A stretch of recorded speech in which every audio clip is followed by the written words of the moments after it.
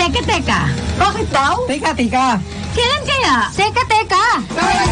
Ito na ang tambalang Mod Ilagan at Senyor Ray Pacheco sa programang Teka. Alas 4:30 na. Balita, komentaryo, trending sa social media, price monitor, traffic at mga bagong balitang siyensya at iba pa. Huwag nang magpaiwan sa Teka. Alas 4:30 na sa DWIC. Hola, buenas tardes. Magandang hapon, Islas de Pilipinas. Christmas rush na, traditional na Christmas rush na. Kaya traffic anywhere. Yan, ha? Ngayong araw na ito, sapagat ngayon po ay araw ng Miyerkules, 23 na po ng buwan ng Disyembre, senyora. 2 araw na lang kasi, kaya lahat nagmamadali, nag-aapura. At papunta rito, papunta roon. May pabalik dito, may papunta naman dito sa kaliwa kanan. Hindi mo malaman kung saan ang punta eh. Kaya, ang mabigat dito, may ginagawa. May construction doon, may construction dito, habang yung iba na abala sa tinatawag natin ngayong traditional na Christmas rush. At samahan po ninyo kami, ito pa rin ang palatuntunang Teka. Alas 4:39 na mga amigos at mga amigas, magandang hapon po sa inyong lahat. At ito po si Senyor Ray Pacheco. At syempre, kasama pa rin natin ang inyong Your Honor, Your Honorable Hey! Mayor. Ito. Kamusta ka, Ray? Yoy. Magandang hapon. Nadali ako. Oo, alam mo naman, partner, wala namang Wow. Wala namang construction sa mga daan. Talagang lahat ng sasakyan. Barado. Nasa labas. Barado. Pwede, alam mo, Ray, meron na akong request eh. Andi dito na ako sa may area ng saan ba tayo, Ray? Sa may area ng Makati, dito sa may Kalayaan. Naku, malayo ka pa, Mayor. Malayo. Siguro rin si Pogi, si Jerry, habang magre-report ako mamaya, pakikita ko sa video para doon sa Facebook live natin. Okay. Oo, kung gaano natin may arrange natin. But anyway, sige. Aayusin natin yan mamaya. Babati muna ako. Magandang hapon po sa inyong lahat. At magandang hapon sa ating mga tagapakinig. Sa iyo, Ray. At Pasko na. Halata naman. Pasko na eh. Obvious ba? Ha? Obvious ba? Obvious ba? Grabe. Oo. Talagang everywhere is traffic. Everywhere you go. Talagang people go. Parang walang pandemic. No? But again, our reminders for them. Mag-ingat po tayong lahat. Dahil medyo tumataas, ha? Mayor, tumataas. Mamaya makakusap natin yung Okta research natin, ha? Para malaman natin kung... marami na. Naku, lalo na raw, may report nga sa inyong lugar, eh. Oo, Cainta, mataas. At saka Antipolo. Yun. Ngayon ang mga binanggit kanina. Kaya mamaya, tanungin natin. Oo. Ano ba ang inaasahan natin? Anong ginagawa dyan? Siyempre, baka... tapos pinangangambahan pa natin yung tinatawag na strain, pero wala na tayo dapat ipangamba. Diyan po sa nangyayari ngayon sa UK na ngayon ay nakaband at hindi kayo pa pwede magpunta dyan at walang pwede ring papaalisin. Kung meron maalis depende ho ang sitwasyon dyan sa United Kingdom. Ayan. I think in travel ban, Ray, for added information, I think December 24 ito. December 24 up to December 31. So yung travel ban. So ibig sabihin, yung mga galing ng UK, yung mga Pilipino natin dyan ang gusto umuwi, paano yan? gusto mag-reunion dito, wag na. Hindi na kayo pwede. Kasi mauubos yung leave ninyo kasi magka-quarantine pa kayo pag galing kayo dyan. 14 days. At saka, mahirap. Ang problema ata natin, baka hindi mo na tanggapin ngayon. Hindi na muna tatanggapin ngayon. Hindi talaga tatanggapin. Yung magagaling sa UK. Yan. Hindi nga, talaga hindi tatanggapin. Huwag yun lang ituloy. Yung gobyerno natin. Huwag na lang ituloy. I think up to December 31 yun. Kasi parang medyo natatakot tayo dahil merong report na merong bagong virus strain. Diba? Sa UK. Wala pa naman dito. Kinumpirma na ng Department of Health. Yan na nga. Pero kailangan, wag na natin sanang intayin. Katulad nung March natin, na kumalat na, tsaka pa lang tayo umaksyon. Diba? Nakapasok yung Chinese, napunta pa ng Tacloban, napunta pa ng Visayas, etc. Meron na eh. So ngayon, ito that would serve as a lesson already. Okay. At nagkaroon na tayo ng leksyon na sana maging leksyon talaga sa atin yun. Yun nangyari nga. Tapos eto na naman, magiging maluwag na naman tayo. At dito nga sa bansa natin, ngayon pa lang kinakabahan na sila dito sa holiday season ng ating mga Okta research team. Dahil medyo ang sitwasyon para talagang napakahalaga siyempre ang buhay natin, di ba? Pero para bang pag tinitingnan mo yung mga tao, pag maligaya, nakakalimutan yung buhay. ang nakikita yung sarap at yung ligaya, Mayor. Yun ang hirap eh. Ayan. Ako, sabi nga ng mga paalala sa atin, sa kaunting oras na tayo ay maligaya at nagsasaya, kung tayo ay makaka-transmit ng virus at magkakasakit po tayo, mahabang proseso po yun, magastos, delikado pa ang buhay natin, makikisiksik pa tayo dun sa mga ospital, kaya medyo ingat na lang po tayo ngayong Kapaskuhan. Kaya sumunod. Sayang, nag-beg up si, makuha sana natin si Quezon City Mayor Joy Belmonte. Oo nga, sana. Mukhang puno yung schedule niya, kaya nag-beg up siya ngayon. Pero sabi niya, baka bukas makuha natin. Sana kasi, nga. Tama-tama, itatanong natin mamaya sa UP of the Research. Dahil ang Quezon City at ang Makati Number one! Hotspot. Number one kami. Oh, number one! Number one kami. Number one kayo. Congratulations! Thank you. Pumapangalawa ang Makati, ha? Pumapangatlo ang San Juan. Yan ang mga yan at ang nakukuha ng report ng Octa Research. Alamin natin mamaya sa Octa Research team. Yan. For the last 2 weeks na nakuha nila yan, kasi for the last 2 weeks, marami ang lumabas. Marami ang naghanda. Marami ang nag-shopping. Alam mo yan? So ngayon, nakuha nila yung record na ito. Everybody went out. Tapos, gusto natin sanang tumakbo yung ekonomiya natin. Buksan natin dahan-dahan. Kaya, ayan, medyo nagpapaalala ang UP of the Research. I think it's not only the UP of the Research thing. In fairness, pati ang ating pamalaan. Pati ating IATF, ang Department of Health, DENTE, lahat nagpapaalaala sa atin. So, hindi nagkulang ng paalaala sa atin yan. Yan. Kaya... talagang may mga hindi naman lahat, pero talagang may mga taong sobrang matitigas ang kukote. Sabi ko nga sa iyo, pag nandun na, pag naman pinintulutan mo, nandun na, nakakalimot.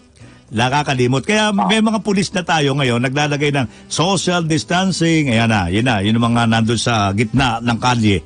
Para tingnan yung mga tao na paalalahanan sila, mga kaibigan, social distancing, yung inyo pong face mask, yung inyo pong face shield, nakakalimutan lahat yan. Lalo na pag may nakakita, murang-mura ito, murang-mura, halika dito, magkakagulo na yan. Lalo na pag bumupunta. Yung mga taga-probinsya lang, halimbawa yung mga papunta ng Batangas, papunta ng Cavite o Laguna, galing ka ng Manila, ano ba yung mga dapat paihanda nito? Halimbawa ang pamilya niya ay nandoon at uuwi. Halimbawa, isa ka nagtatrabaho dito sa Manila and you will go to Batangas. O kaya, ikaw ay nagtatrabaho sa Batangas, papunta ng Manila. Ito ba yung kailangan ng health certificate, right? Ay, kailangan na. Ito ba yung nalaman natin? Kailangan, pero... Halimbawa, sasakay ka ng public bus, di ba?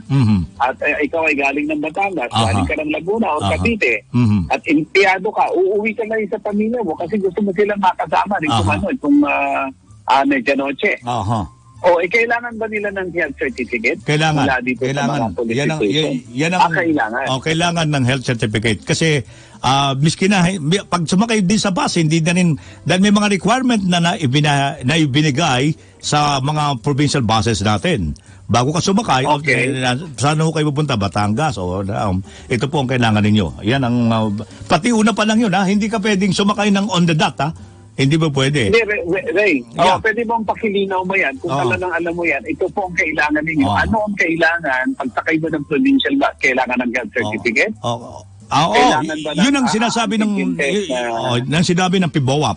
Gusto natin, makuha tayo ulit ng kukuha tayo ulit mamaya kung makakuha tayo para dahil kasi talaga ngayon ay mukhang talaga madadagdagan pa ulit bukas ang linya ng mga buses bukas. Yun. Teka, wag tayong lumayo kasi I'm sure today is December 23. Yung mga nagbabalak na umuwi para sila ay makapiling pamilya nila sa Pasko, 24 or 25, makapiling yun. So, sasakay ka ng mga public buses, o kaya naman, nasa private car ka, papunta ka ng Batangas, papunta ka ng Laguna, papunta ka ng Quezon. Kailangan ba may mga bit-bit ka o mahaharangin ka ba sa checkpoint? Anong dapat mong dalhin? Kasi ang sinasabi, yung sinasabing safety protocols at kasi sinasabi yung mga health at safety protocols bago payagang mag-operate yung mga yung mga ng mga local government units, yung mga sasakay pala ng mga tao kasi binigyan din nila ng requirement yung mga mag-ooperate ng mga sasakyan na yan, na kung saan pinahintulutan na rin ng LTFRB, pero depende sa ang requirement, depende raw sa LGUs, iba't ibang LGUs. Yun ang mabigat dito. So siguro alamin natin yan sapagkat ngayon, rush hour talaga lahat ngayon. Everybody is moving, no? Going to the different places, sa mga pamilya niya, shopping and everything. So magandang pa-inform natin ang mga tagapakinig. Ito yung hinihingi, no? Maaaring bumiyahe daw yung mga pero ang tinutukoy lang kasi dito yung mga sasakyan lang so far. Ewan ko, pero kinakailangan daw nakarehistro sa personal passenger insurance policy ng bawat unit yung mga rutang nakapaloob dito sa MC ngayon na pinalabas, ha? Pati yung mga passenger, personal passenger insurance policy, kailangan may dala-dala sila. Pero ang mga importante, yung isasakay nila. Yun ang hindi ko nakuha ang impormasyon. Pero nakuha natin yun, natatandaan mo, nang ma-interview din natin ng PBOAP, na sinasabi nila, merong mga requirement yun, pero depende daw sa mga LGUs. Hindi sila standard May kanya-kanya na required Yan ang isang problema natin. Kaya before so ibig sabihin nito, yung bawat isang pasahero, kung halimbawa ng probinsya, ay dapat malalaman mo na anong requirements. Tama. LGU, no? Yan ang dapat gawin. Anyway naman, hindi ka naman talaga makakasakay on the dot dahil nga, beforehand, makikipag-usap ka muna, doon muna bubuksan mo muna sa social media, titingnan mo muna, tapos doon through doon ng appointment mo, dahil mo, titingnan mo kung anong klase ng bus terminal ng pupuntahan mo, doon ka makikipag-ugnayan beforehand. Tapos, ilalabas... Teka, ninawin lang natin yan sinasabi mo. Bubuksan mo yung social media. Parang ibig mo sabihin, mag-online ka muna. Online muna tayo. Tama ba? Oo, tama. Mag-online ka muna, tapos ikaw ay magpaparegister. Right. Which bus line, halimbawa, RRCG, for example. For example lang yan. Sige. So, kailangan mag-online ka doon. Diba? Kailangan i-fill up mo muna lahat ng requirements mo. At alam mo rin kung anong biyahe, anong oras, anong araw. Ayun, tama ka. Pagkatapos, yung sinasabi mo. Tama ka. Mukhang yung ngayon, yung bus terminal na nakakaalam ng area na pupuntahan mo, yung area na pupuntahan mo, I don't know kung sila makikipag-coordinate na para sabihin sa iyo na itong requirement nitong pupuntahan mong lugar. Ito ang requirement ng Olongapo City. Yan, kailangan meron ka nito. Meron naman yun doon sa online. Kaya nga, beforehand, alam na nung sasakay kung anong kailangan. Mahabang proseso. Talaga mahabang proseso. Not exactly na pwede ka sumakay pag gusto mo, punta ako ng Batangas. On the dot, pupunta ka na kagad. Hindi po pwede. Yun ang mangyayari dyan. Ang mabigat dito, magdadagdag na naman ng 5 ruta tayo bukas, December 24. Kaya inaasahan natin, alam mo, Mayor, dito tayo nalilito Walang lalabas, pero pinalalabas natin. Di ba? Hindi kasi sige nga, Mayor. kailangan balansin ng gobyerno yung sitwasyon Umiiyak na rin itong mga bus operators at mga drivers na wala silang kita, na walang trabaho. So unti-unti, binubuksan din yan, pinapayagan sila. So kailangan ding balansin nila Hindi rin naman lahat na parang ligtas ito at walang operation. So yung parang tinatawag na total lockdown. Yun. So tingnan natin, for example dito sa UK, so talaga ng total lockdown sila, abutin sila ng the new virus strain ang malupit para sa kanila. At ng total lockdown sila doon, at ang gobyerno ngayon, si Prime Minister Boris Johnson, they resorted to more borrowing by 200 or 300 billion dollars yata ang inuutang nila ngayon para at least makapag-survive din sila. Wow! So hindi sa manner dito sa atin, di ba, sa Pilipinas, kailangan ding balansin talaga ng gobyerno. So, pwede nilang sabihin, pwedeng lumabas, mag-ingat kayo. Ang hindi mga pwede ay yung mga 17 years old and below, hindi kayo pwede sa mall. Pero kinakailangan yan, gumawa rin ng ordinansa yung local government unit. Yung mga senior citizens, 65 years old and up, hindi rin po kayo pwede. Diba? So, yung ibang mga edad doon na po pwede, kailangan naman meron kang health protocol, meron na requirements. Okay. Otherwise, marami na umiiyak, marami na ako nakakausap ng mga negosyante. Kung patuloy na magpapatuloy na ganito ang sitwasyon, ay talagang hindi natin alam kung saan tayo pupulutin by next year. Okay. Nabanggit mo the government has to balance. Right. Nabanggit mo yung UK mayor. Natatandaan mo na nagkaroon ng instruction na pwede na yung mga may kamag-anak o asawa o related dun sa ibang bansa, pwede nang magpunta rito. Tama? Yes, ito. tama. December 7 yun. Okay. Marami na ang nakabili ng ticket in advance bago nangyari ito ngayon sa UK. Kaya ngayon, ito ngayon ang gagawin. Dahil may mga biyahero na nasa biyahe na ngayon, Mayor. Ngayon, ano sabi ngayon ng meeting kanina ni Secretary Harry Roque, bago sumapit ang 12:01 AM, December 24 yan, alam mo, darating yan. Yes. Darating yan bago sumapit ang alas 12 ng madaling araw o ng madaling araw nga, ng Disyembre 24 yan. Isa sa ilalim na, kasi nandiyan na yan, hindi na mapipigilan ng 14 na araw na quarantine sa New Clark City muna sa Pampanga. At itetest yan sa COVID-19 bago tuluyang payagang makapasok ng Pilipinas. Ganyan ang gagawin nila. Siyempre. That's part of the requirement. Wala tayong magagawa doon dahil dito sa tumataas, lumalaki ang bilang ng mga COVID dito sa sa UK. Kaya in fact, ngayon, merong isang balita doon na parang yung isang malaking gym nila doon, parang ginawa na rin ng malls dahil sa dami na rin ng mga parang ginawa na rito na hindi ko yata parang quarantine facility na. Sa dami na rin na may COVID sa UK. Kaya wala tayong magagawa. For the meantime, kasi nag-umpugan yung announcement natin na pwede sumakay, nakabili na ng ticket yan, sumakay na, bumibiyahe na, at saka biglang nagkaroon ng problema in the middle of the night, ano gagawin natin? Nakasakay na yan. Kaya tatanggapin, pero hindi makakapasok ng relax dito sa Pilipinas, kundi 14-day quarantine sa New Clark City. Doon dadalhin. Malungkot din. Kaya alam mo, ang bottom line kasi dito, Ray, no? So sa Europe kasi tumataas na naman yung mga kaso. Lalo naman sa Amerika kung ilang million yung affected. Wow. Almost more than 381,000 na yata yun ng mga tayo sa Amerika. No? Mabuti nga ngayon, with the new incoming president, naniniwala dito sa bakuna, pagsusuot ng face mask, no? At unti-unti pinapaalalahanan din yung mga American too. Yung mga mayayabang na Amerikano na they don't believe in face mask, etc. No, di ba? So dito sa atin lahat talaga buong mundo pin their hopes dito sa pag-roll out ng vaccine or bakuna.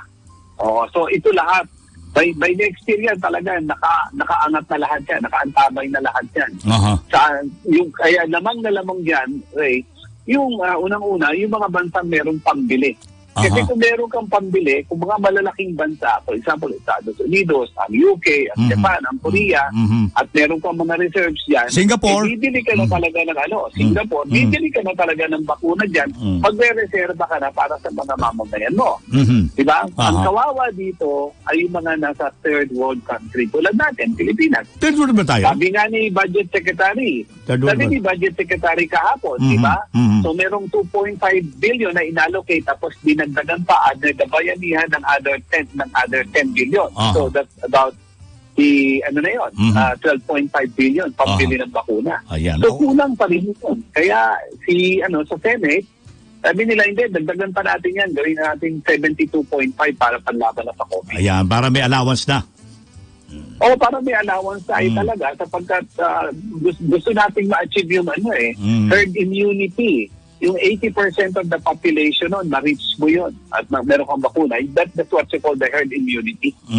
No? Ibig sabihin nun, pagka malaki na yung datos ng populasyon sa Pilipinas, ang naka-ano ng bakuna, madadala na yung maliit na percentage. I see. Yun. Oo. Yan ang... Tinatanong ko muna, Mayor, kung makukuha ulit natin ng PIBOWAP.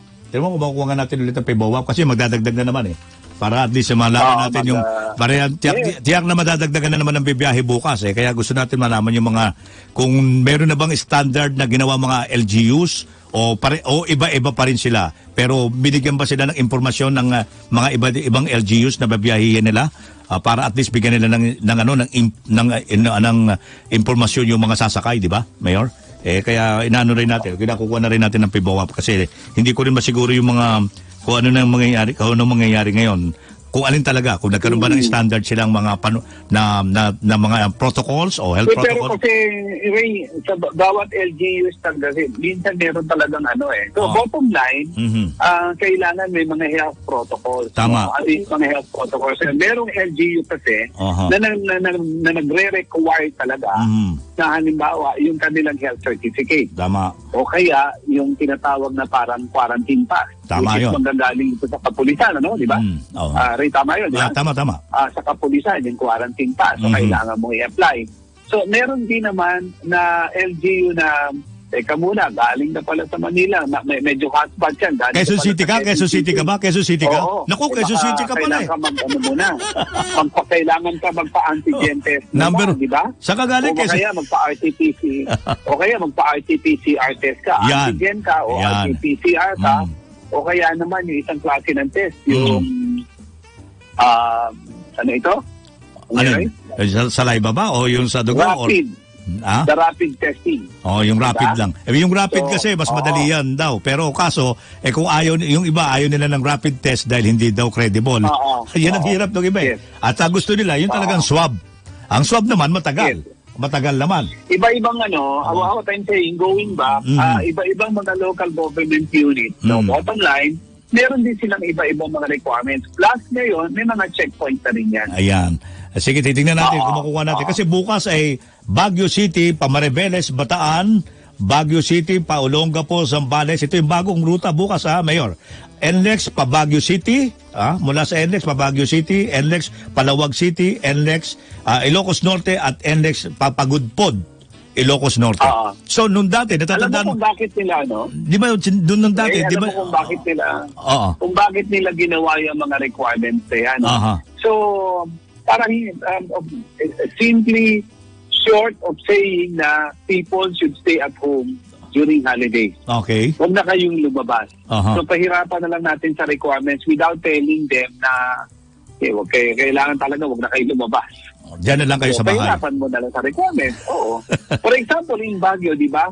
You will go to Baguio kung hindi siya lockdown. Napakahirap. Kasi magsasubmit ka online ng mga requirements ko. Tapos pagdating mo doon, ibubuka na which hotel, etc. Magpapabuka na ron. Pagdating mo doon, daladalan mo yung kung anong klaseng test meron ka. For example, antigen, pakikita mo sa kanila. Okay.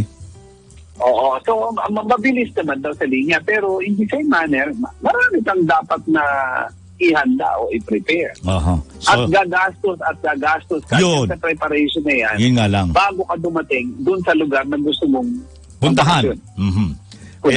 Kaya nangyayari dyan, mas malaki pa ang gastos mo sa preparasyon kaysa sa pagsakay mo.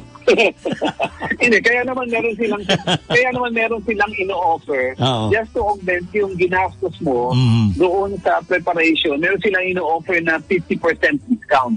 Sa bus? Diba, meron ganun mga promo sa mga hotel eh. Ganun na lang. Kaya sa mga sasakyan, may mga ganun, di ba? Meron silang ino-offer. Like yesterday, kaya nagkagulo-gulo yung bayan kasi ang dami yung petrol, 50%. edi, yung obserbasyon na yun, talaga namang lahat. May mga nakita pa ako, dala-dala, drum. Ang lalaki ng mga truck na pinila nila. Di nagkagulo-gulo, nagka-traffic. Ayun. Walang rules. Okay, Mayor. Mamaya na tayo, magbabalik tayo at medyo lumampas tayo sa oras at mamaya dahil may mga paalala pa tayo magbabalik po kami ni Mayor Moni Lagan sa dali po lamang. Ang oras natin, Philippine Standard, dito pa rin sa palatuntunang Teka Teka, alas 5:02 na po ng hapon. Sa dali po. Teka, alas 4:30 na.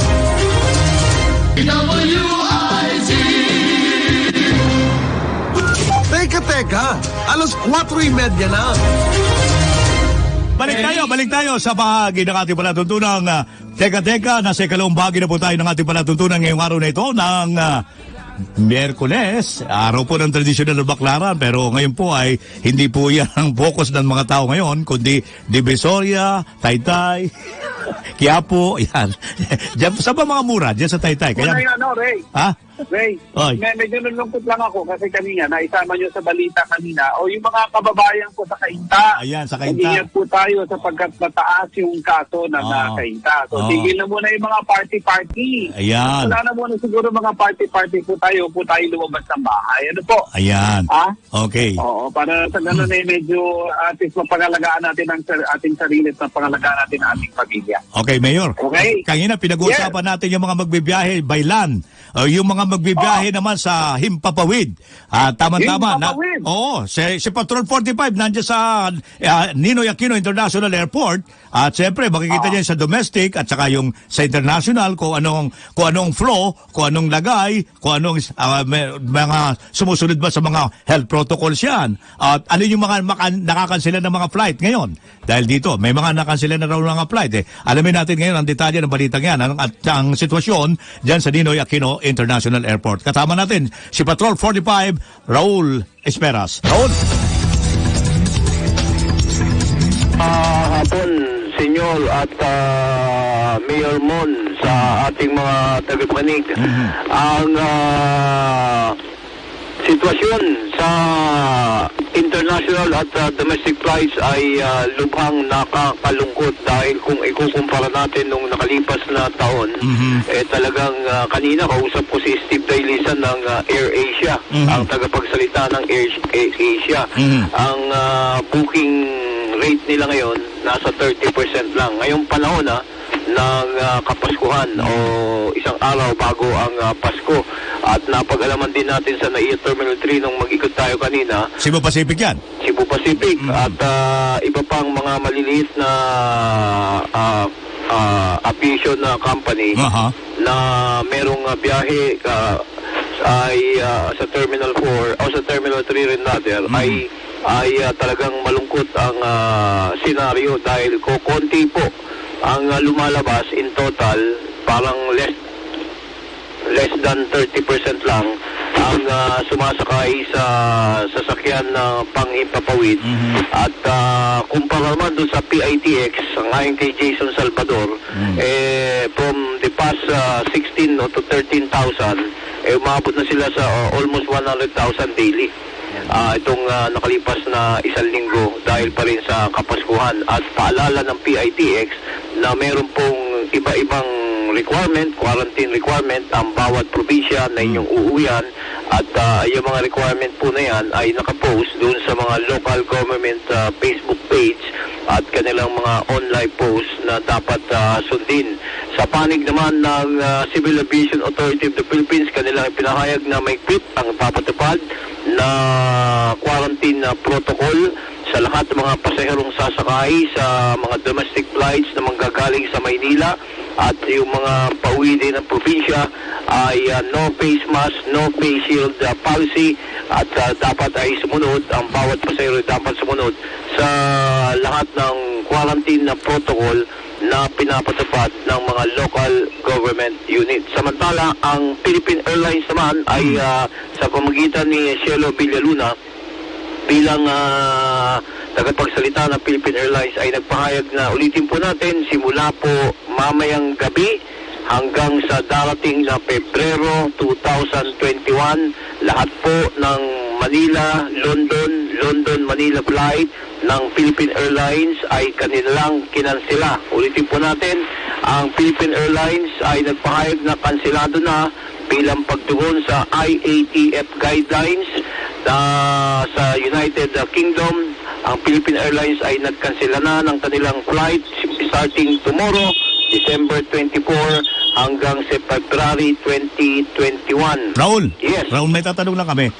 Kasi nabanggit kanina ni Secretary Roque na may mga biyaheng mayroong mga biyahero daw na nasa biyahe na at darating bago sumapit ang alas 12 ng Disyembre 24. Yan ba kasama ang Philippine Airlines yan o ibang airlines yan?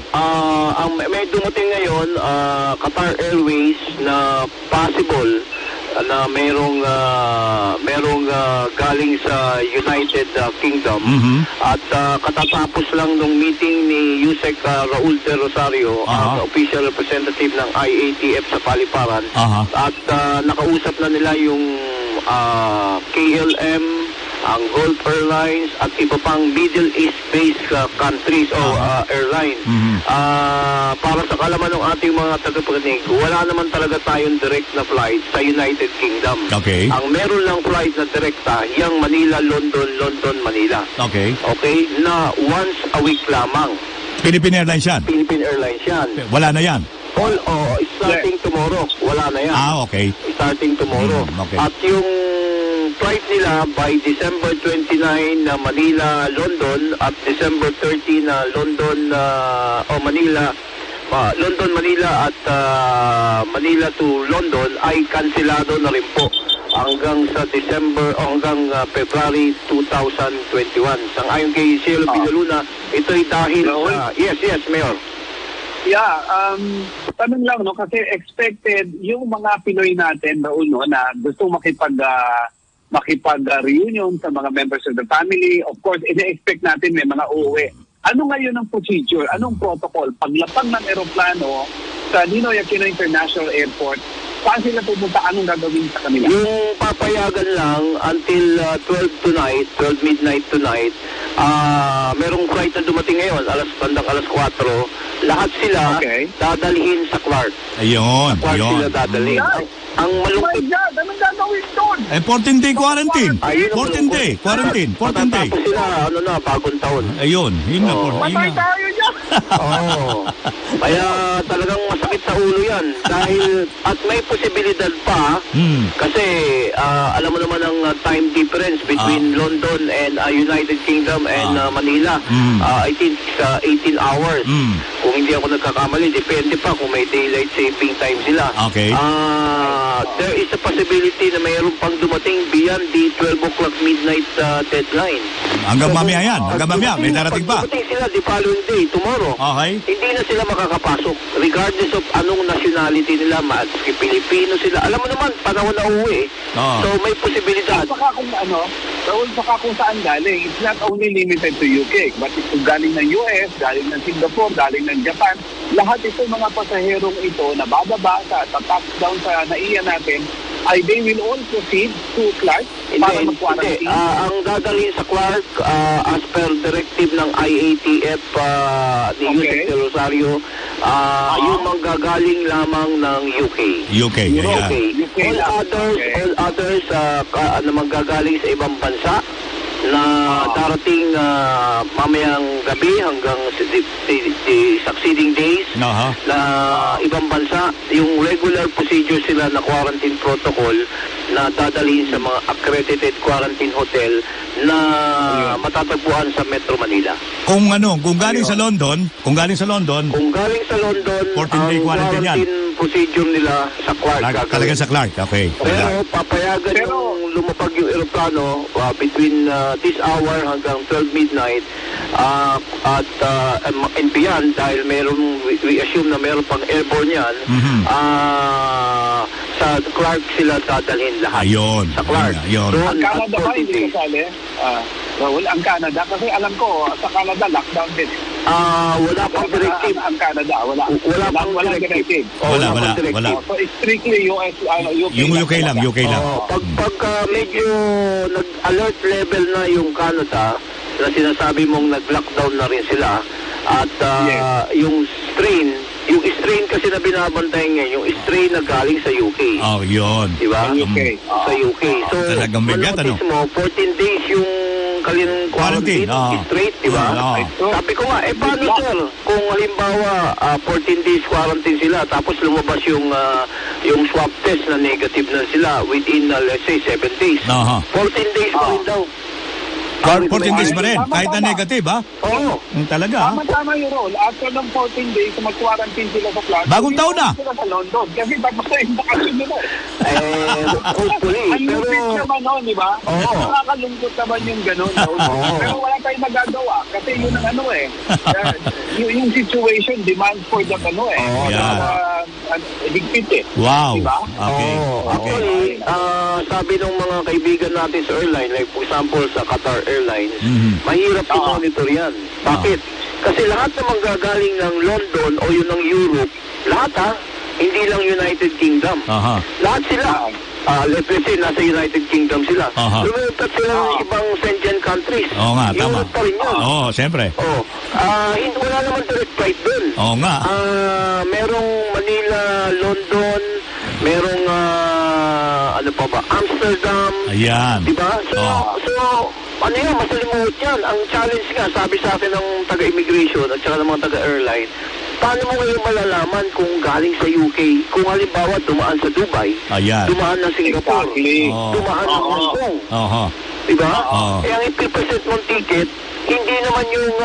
galing ka ng London. Galing ka ng London. Ang ipipresent mong ticket... Yung galing ka sa ano? Yung galing ka sa, let's say, Hong Kong. Yun yun. Diba? Eh, alam mo naman si Senyor, Jet setter. Jet setter. Diba? So, alam niya, kung UK lang ang babantayan natin, diba? Kung lumipat ng Amsterdam yan, kung lumipat ng Switzerland yan, kung lumipat ng kung anumang Paris yan, ng France. Hindi mo alam. Hindi mo alam. Eh, para ka lang alam mo ba ang trend sa London, sa Europe? Diba isang trend lang, ibang bansa na? Oo, tama ka. Diba? Oo, you're right. Meeting tayo dun, senyor. Diba? At di Paris, diba? Raul, nako, yan talaga si Senyor, ano yan? Mahilig maganda yan, maglakbay. Alam mo ba ang nunal ni Senyor sa paa? Kaya ang, bakit tayo napunta dyan? Pinag-uusapan natin UK. Maraming napupulot. Maraming napupulot yan. Pati sa kituloy, napupulot yan. Ay! Tawa na. Okay na. Okay na. Thank you. Sige, thanks. Natin mga kaganapan dahil dito sa panibagong development sa United Kingdom kung saan talagang meron pong complete travel ban simula alas 12 ng gabi hanggang indefinitely hanggang sa December, pero ang Philippine Airlines kansilado po ang flight nila sa London hanggang sa February 2021. Yan. Luis Perez, Patrol 45, back to you. Okay. Okay, wala na tayong oras, Mayor. Bumati ka na muna at wala na tayong oras. Babatiin na natin yung dapat natin batiin. Binabati ko lang lahat ng maligayang Pasko. Mag-ingat po kayo. Huwag po kayong lalabas. So, doon na lang po tayo sa loob ng bahay. Ano po? Okay. Ayan. Ako naman binabati ko rin yung aking binabaliwala ko lang kasi yung kapatid ko nasa London, sa UK. Nurse yun. Matagal na. For so many years. Hindi siya makakapunta. Happy birthday to my... Merry Christmas to my sister. Talagang napakalungkot daw ng sitwasyon nila doon. They're not allowed to go Tama. To go out. Okay. Siya nga pala, nakikiramay kami kay Victor and Ann Duran Bradley and Jamie Duran sa pagkamatay ng apo ni Apo Juan Duran sa Maui, Hawaii. Ayan. Then greeting to Alok, Minaski Sharma, Aksat Sharma sa New Delhi, India. Ayan. At ganoon din po si Tam and Acacia de la Cruz, London, UK. Ayan. Yan po, binabati natin. Mga taga-London, binati na natin, Ayan, mga nakikinig sa atin at nanonood sa atin, Mayor. Okay, wala na tayong oras. Okay. Bye, paalam na po. Mga kaibigan, ito pa rin si Senyor Ray Pacheco nagsasabing, don't worry. See you on Monday. Ilagan po ito. Bye-bye. Until tomorrow. Nagmamadali na si Senyor. Hanggang bukas po, mga amigos sa mga amigas, dito pa rin sa palatuntunan Teka. Philippine Standard Time, ganap ng alas 5:30 ng hapon. Antabayan ng pula, mga palatuntunang balita na, serbisyo pa, Dina Edwin Eusebio at The Bid Oro. Teka, alas 4:30 na.